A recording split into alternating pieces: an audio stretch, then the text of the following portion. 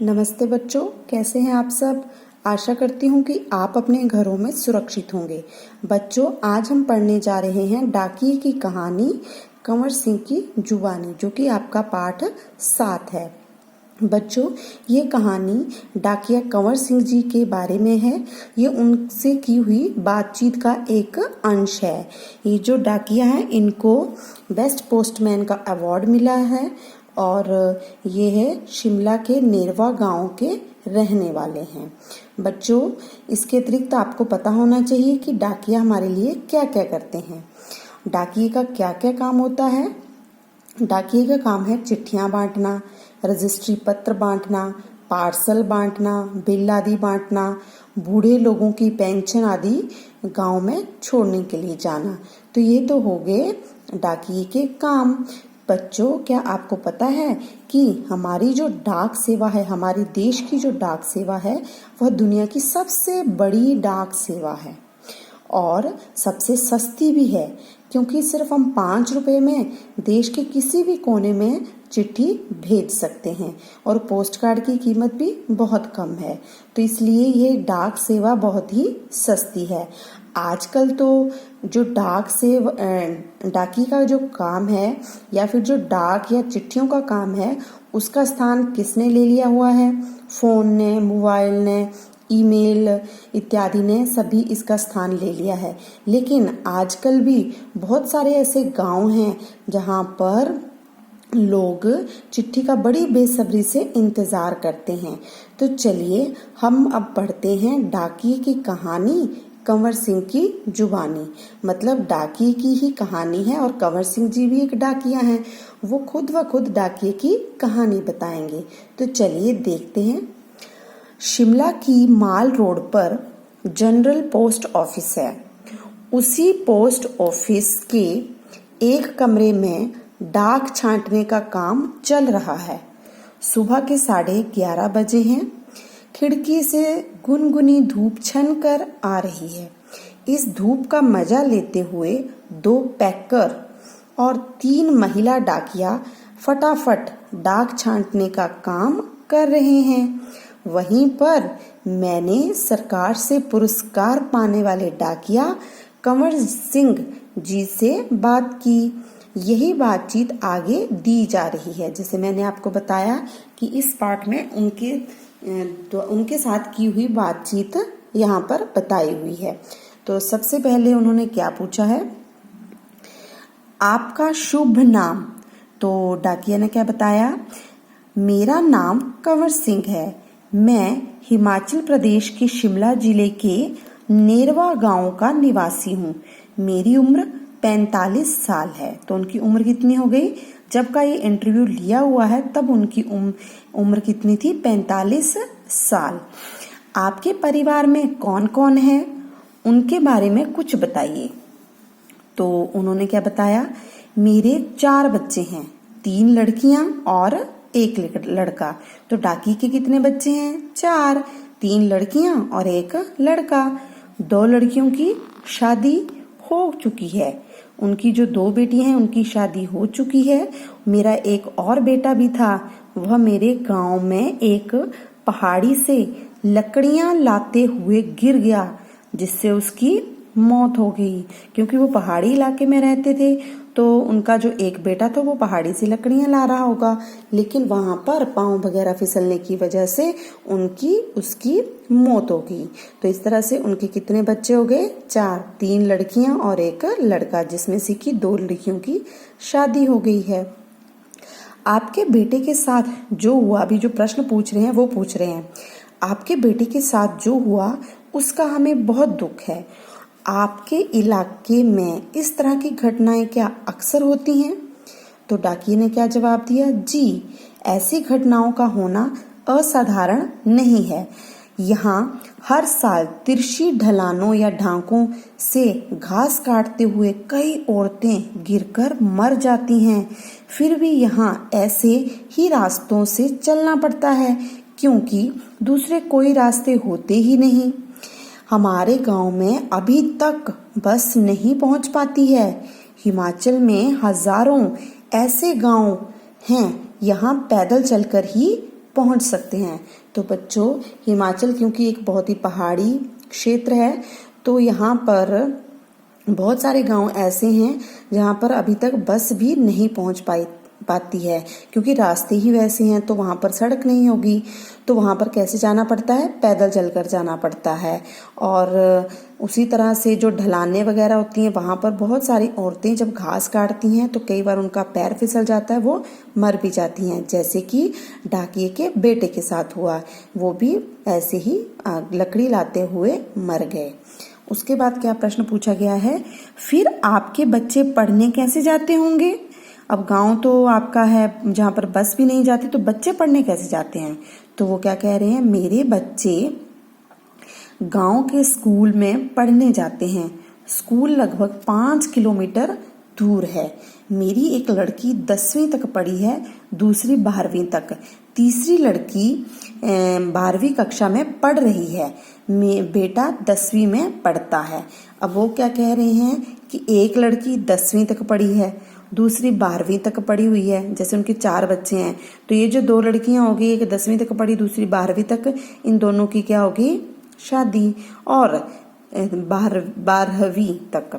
और जो तीसरी लड़की है वो 12वीं में पढ़ रही है, और जो बेटा है वो 10वीं में पढ़ता है। अब आगे देखिए, अब आप यहाँ पर ये चित्र देख रहे हैं, ये हैं डाकिया कंवर सिंह। ठीक है बच्चों, ये हैं डाकिया कंवर सिंह, जिनको कि सरकार से बेस्ट पोस्टमैन का अवार्ड मिला है, पुरस्कार मिला है। आप यहाँ काम करते हैं, वहाँ आपके अलावा और कौन कौन है? क्या आपको डाकिया ही कहकर बुलाते हैं? तो उन्होंने क्या उत्तर दिया? पहले मैं भारतीय डाक सेवा में ग्रामीण डाक सेवक था। ग्रामीण डाक सेवक जो घर घर जाकर पत्र बांटते हैं। अब मैं पैकर बन गया हूँ। अब वो क्या करते होंगे? सिर्फ चिट्ठियां पत्रों को पैक ही करते होंगे। पर हूँ वही नीली वर्दी वाला डाक सेवक। तो चलिए आगे क्या प्रश्न पूछा है? डाक सेवक को क्या क्या करना होता है? अब डाक सेवक का काम पूछा है। मुझे बहुत कुछ करना होता है। चिट्ठियां, रजिस्ट्री पत्र, पार्सल, बिल, बूढ़े लोगों की पेंशन आदि छोड़ने गांव गांव जाता हूँ। अब अगला प्रश्न है, क्या यह सब अभी भी करना पड़ता है? क्योंकि अब तो सूचना और संदेश देने के बहुत से नए तरीके आ गए हैं। तो अब देखते हैं कि क्या उनको ये काम अभी भी करना पड़ता है।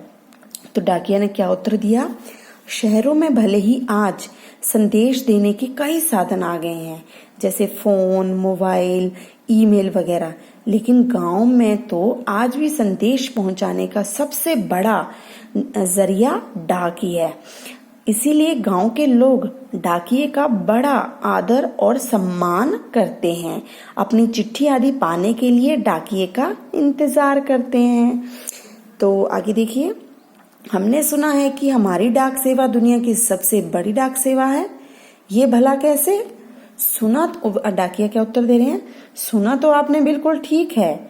हमारे देश की डाक सेवा आज भी दुनिया की सबसे बड़ी डाक सेवा है और सबसे सस्ती भी। केवल 5 रुपए में किसी भी कोने में हम चिट्ठी भेज सकते हैं। पोस्ट कार्ड तो केवल 50 पैसे का ही है, यानी 50 पैसे में भी हम देश के हर कोने में अपना संदेश भेज सकते हैं। अगला प्रश्न है, आपको अपनी नौकरी में मजा तो बहुत आता होगा। तो डाकिये ने क्या उत्तर दिया? मुझे अपनी नौकरी बहुत अच्छी लगती है। जब मैं दूर नौकरी करने वाले सिपाही का मनी ऑर्डर लेकर उसके घर पहुंचाता हूँ, तो उसके बूढ़े माँ बाप का खुशी भरा चेहरा देखते ही बनता है। तो ऐसे ही जब किसी का रजिस्ट्री पत्र पहुंचता है, जिसमें कभी रिजल्ट, कभी नियुक्ति पत्र होता है, तो लोग बहुत खुश होते हैं। बूढ़े दादा और बूढ़ी नानी तो पेंशन के पैसे मिलने पर बहुत ही खुश होते हैं। 6 महीनों तक वह मेरा इंतजार करते हैं।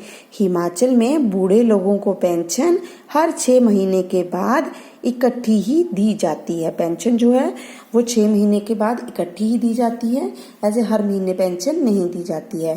तो ये कह रहे हैं कि जब मैं घरों घरों तक पार्सल पहुंचाता हूँ या किसी का रिजल्ट पहुंचाता हूँ या फिर किसी का ज्वाइनिंग लेटर पहुंचाता हूँ, जो बूढ़े लोगों की पेंशन पहुंचाता हूँ, तो वो बहुत खुश होते हैं क्योंकि वो इस चीज़ का बहुत बेसब्री से इंतज़ार कर रहे होते हैं। तो इसका मतलब है डाकिये की बहुत ज़्यादा वहाँ पर ज़रूरत है। आप क्या शुरू से इसी डाकघर में काम करते हैं? तो अब उनसे उनकी नियुक्तियों के बारे में पूछ रहे हैं। तो वो क्या कहते हैं, शुरू में तो मैंने लाहौल स्पीति जिले के किब्बर गांव में 3 साल तक नौकरी की है। यह हिमाचल का सबसे ऊंचा गांव है। लाहौल स्पीति जिले में किब्बर गांव जो है वो हिमाचल का सबसे ऊंचा गांव है। इसके बाद 5 साल तक इसी जिले के काजा में और 5 साल तक किन्नौर जिले में नौकरी की है। उस वक्त इस गांव में टेलीफोन नहीं थे, बसें भी सिर्फ मुख्यालयों तक ही जाती थी। अभी भी कई ऐसे गांव हैं जहां ना तो बसें जाती हैं ना ही वहां टेलीफोन है। ऐसी जगह में ग्रामीण डाक सेवक का बहुत मान किया जाता है। अब आगे देखिए, आप पहाड़ी इलाके में रहते हैं, जाहिर है डाक पहुंचाना आसान काम तो नहीं होगा। हाँ, डाकिये क्या उत्तर दे रहे हैं, हाँ मुश्किलें तो आती हैं। जब मैं किन्नौर जिले के मुख्यालय रिकांगपिओ में नौकरी करता था तो सुबह 6 बजे मेरी ड्यूटी शुरू हो जाती थी। मैं 6 बजे सुबह शिमला जाने वाली बस में डाक का बोरा रखता था और रात को 8 बजे शिमला से आने वाली बस से डाक का बोरा उतारता था। पैकर को ये सब काम करने पड़ते हैं। किन्नौर और लाहौल स्पीति हिमाचल के बहुत ठंडे तथा ऊंचे जिले हैं। इन जिलों में अप्रैल महीने में भी बर्फबारी होती है। बर्फ में चलते हुए पैरों को ठंड से बचाना पड़ता है, वरना स्नो वाइट हो जाता है, जिससे पैर नीले पड़ जाते हैं और उनमें गैंग्रीन हो जाती है। अब गैंग्रीन एक बीमारी का नाम है जिससे उंगलियां झड़ जाती हैं। इन जिलों में मुझे एक घर से दूसरे घर तक डाक पहुंचाने के लिए लगभग 26 किलोमीटर रोजाना चलना पड़ता था। अब आप देख सकते हैं कि एक दिन में कितना चलना पड़ता था, 26 किलोमीटर। हिमाचल के गांव छोटे छोटे होते हैं। एक गांव में बस 8 से 10 या कभी कभी 6-7 घर भी ही होते हैं, इसीलिए चलना काफी पड़ता है। अब 6-7 घर वो इसलिए कह रहे हैं क्योंकि वो पहाड़ी इलाके में नौकरी करते थे। पहाड़ी इलाकों में जनसंख्या बहुत कम है, इसलिए वहां पर बहुत ही कम घर हैं। चलना तो खैर हमारी आदत में ही शामिल हो चुका है। ग्रामीण डाकी की जिंदगी में तो चलना ही चलना है। चलिए आगे देखते हैं क्या प्रश्न पूछा है। आपने बताया था कि पहले आप डाक सेवक थे, अब पैकर हैं। इसके आगे भी कोई प्रमोशन है क्या? तो देखते हैं कि क्या प्रमोशन है या नहीं है। पैकर के बाद डाकिया बन सकते हैं। तो बच्चों सबसे पहले डाक सेवक, फिर पैकर, फिर डाकिया। बस एक इम्तिहान पास करना पड़ता है। अभी तो काम के हिसाब से हमारा वेतन काफी कम रहता है। सारा दिन कुर्सी पर बैठकर काम करने वाले बाबू का वेतन कहीं ज्यादा होता है। पैकर का वेतन बाबू के जितना ही हो जाता है। अब तो डाकिये की नौकरी में लगना भी बहुत मुश्किल हो चुका है। हम में से जितने डाकिये रिटायर हो चुके हैं उनकी जगह नए डाकियों को नहीं रखा जा रहा है। इससे पुराने डाकियों का काम का बोझ दिन प्रतिदिन बढ़ता ही जा रहा है। न जाने आने वाला समय कैसा होगा। वो कह रहे हैं कि जो लोग रिटायर हो चुके हैं, जो डाकिया रिटायर हो चुके हैं, उनकी जगह नए डाकियों को नहीं रख रहे हैं और इस वजह से जो कुछ ही डाकिये बचे हैं तो उनके ऊपर काम का बोझ बढ़ रहा है। तो आगे देखते हैं। काम के दौरान कभी कोई बहुत खास बात हुई हो तो वो एक घटना बता रहे हैं, तो इसको ध्यान से सुनिए। एक घटना आपको सुनाता हूँ। मेरा तबादला शिमला के जनरल पोस्ट ऑफिस में हो गया था। वहां मुझे रात के समय रेस्ट हाउस और पोस्ट ऑफिस चौकीदारी का काम दिया गया था। रेस्ट हाउस और पोस्ट ऑफिस की चौकीदारी का उनको काम दिया गया था। ये 1998 की बात है। 29 जनवरी को रात लगभग 10:30 बजे का समय था। बाहर से किसी ने पोस्ट ऑफिस का दरवाजा खटखटाया। मैंने पूछा कौन है? जवाब आया, दरवाजा खोलो, तुमसे बात करनी है। मैंने दरवाजा खोला तो अचानक 5-6 लोग अंदर घुसे और मुझे पीटना शुरू कर दिया। मैंने पूछा, क्यों पीट रहे हो? तो उन्होंने कोई जवाब नहीं दिया। सारे ऑफिस की लाइटें बंद कर दी। इससे पहले कि मैं कुछ समझ पाता, मेरे सिर पर किसी भारी चीज से कई बार मारा, जिससे मेरा सिर फट गया। मैं लगातार चिल्लाता रहा। उसके बाद मैं बेहोश हो गया और मुझे कुछ भी पता ना चला, क्योंकि उनको बहुत ज्यादा मारा था। अगले दिन जब मुझे होश आया तो मैं शिमला के इंदिरा गांधी मेडिकल कॉलेज के अस्पताल में दाखिल था। सिर में भयंकर दर्द हो रहा था। उन दिनों मेरा 17 साल का बेटा मेरे साथ ही रहता था। उसी से पता चला कि मेरे चिल्लाने की आवाज सुनकर लड़का और ऑफिस के दूसरे लोग जो नजदीक ही रहते थे, दरवाजों के शीशे तोड़कर अंदर आए और मुझे अस्पताल पहुंचाया। मेरे सिर पर कई टांके लगे थे। उसकी वजह से आज भी मेरी एक आंख में नहीं दिखाई देता। तो उनको एक आंख में दिखाई नहीं देता है। तो उनकी चिल्लाने से क्या हुआ? उन्होंने डाक की रक्षा की, पार्सल्स की रक्षा की और मनी ऑर्डर्स की रक्षा की। तो चिल्लाने से ये हुआ कि उनका बेटा और जो साथी कर्मचारी थे वो जल्दी से क्वार्टर्स में से उठकर आ गए। अब आगे क्या कह रहे हैं? सरकार ने मुझे जान पर खेलकर डाक की चीजें बचाने के लिए बेस्ट पोस्टमैन का इनाम दिया है। यह इनाम 2004 में मिला। उनको ये इनाम कब मिला? 2004 में। इस इनाम में 500 रुपए और प्रशस्ति पत्र दिया जाता है। तो जो बेस्ट पोस्टमैन है उनको जब अवार्ड दिया जाता है तो उनको क्या दिया है?